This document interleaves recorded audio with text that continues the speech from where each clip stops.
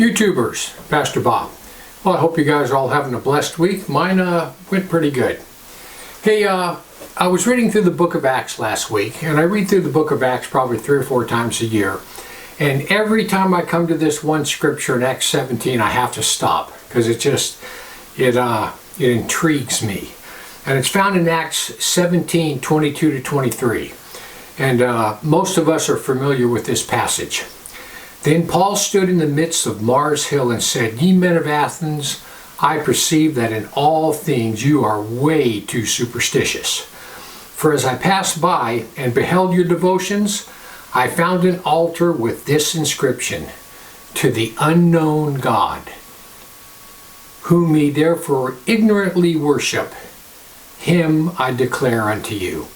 So on Mars Hill, there was probably literally 1,000 altars. These people were so superstitious, so freaked out, they were afraid that if they missed some god out of the 1,000, that they would be cursed for missing him. So they made this special one up that said, "To the unknown God. If we don't know who you are, and if we missed you, we're sorry." So Paul said, look, that one, the unknown God, the one that you know nothing about, that's the one that I want to proclaim unto you. You know, people nowadays have a false impression of what a false God is and an altar. You know, anytime you think about that, you think, well, that's something that they do in Haiti.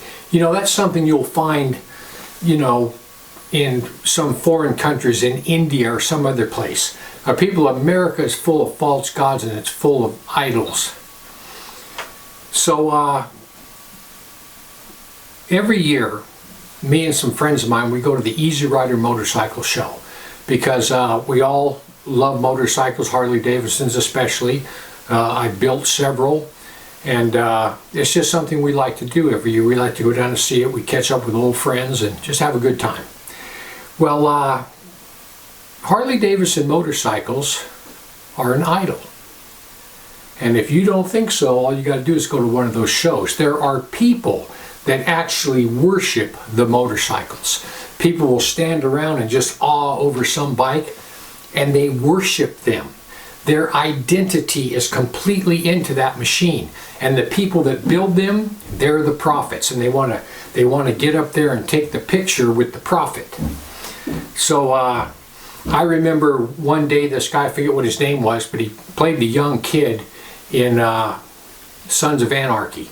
I don't think I ever watched an episode of it, but anyway, listen, people were standing in line for 2 and 3 hours to get a picture with this guy. They worshipped him. So how can you tell if an item or something is an object of worship? How do you know if you're worshiping something? You know, the first way to tell is, does it consume your thoughts every waking moment? Is that all you think about? Because if you have something in your life other than God that you think about every moment when you're awake, that's your idol. That's who you worship. Does it consume your time and your resources? If it does, it's an idol. I think one of the biggest false gods of our time is social media, whether it be Facebook, Twitter, you name it. If it consumes all your time, if that's all you think about, then it's an idol. And let me give you a couple of examples. There are some of the biggest channels on YouTube, people with millions and millions of followers. These people, their channels, the content on their channels is absolutely worthless. It has no social value whatsoever, but yet these people have become multi-millionaires because of these channels. There's this one guy that'll sit there in front of the camera, and all he does is say a phrase like Little Red Riding Hood. And he will say that phrase constantly for 24 hours. And people just flock to his channel by the millions to watch him do that. You talk about people with nothing better to do. So there's also this one girl. This one girl has 1 million followers. She goes into a public toilet, lifts up the ring and licks the porcelain on the toilet.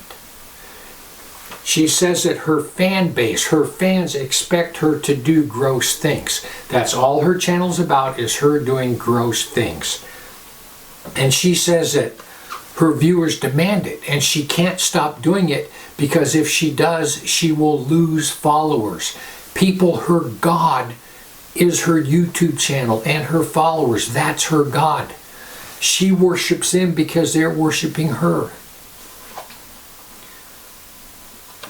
People get up in the middle of the night, get their phone and check it. Check to see if anybody's tweeted them, things like that. You go into a restaurant nowadays, and I've done this recently, and sit down at a table and look at another table. There'll be 4 people at that table, and they won't be saying one word to each other. They'll all be sitting there on their phone because that's their God. People have committed suicide.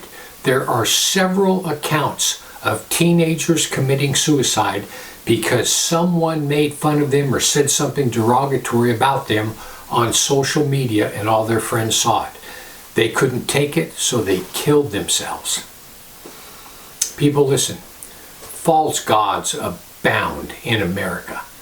I know within, not too far from my house, you don't have to go very far. You can find businesses where they read palms, where they read tarot cards, fortune tellers. They're all over the place. You can go into almost any Chinese restaurant, and there up on the side of the wall there'll be a Buddha statue, and that food that you're about to eat has been altered or offered to that Buddha.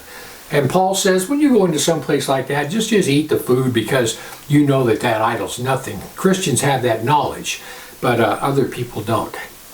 So listen, I want you to remember that. Anything that consumes all your time, anything that consumes all your thoughts, anything that consumes your money, that's an idol. That's your idol. And people, listen. One thing in the Bible is very, very specific, and if you don't think so, all you got to do is read the Old Testament about the Hebrews' 40 years of wandering in the wilderness.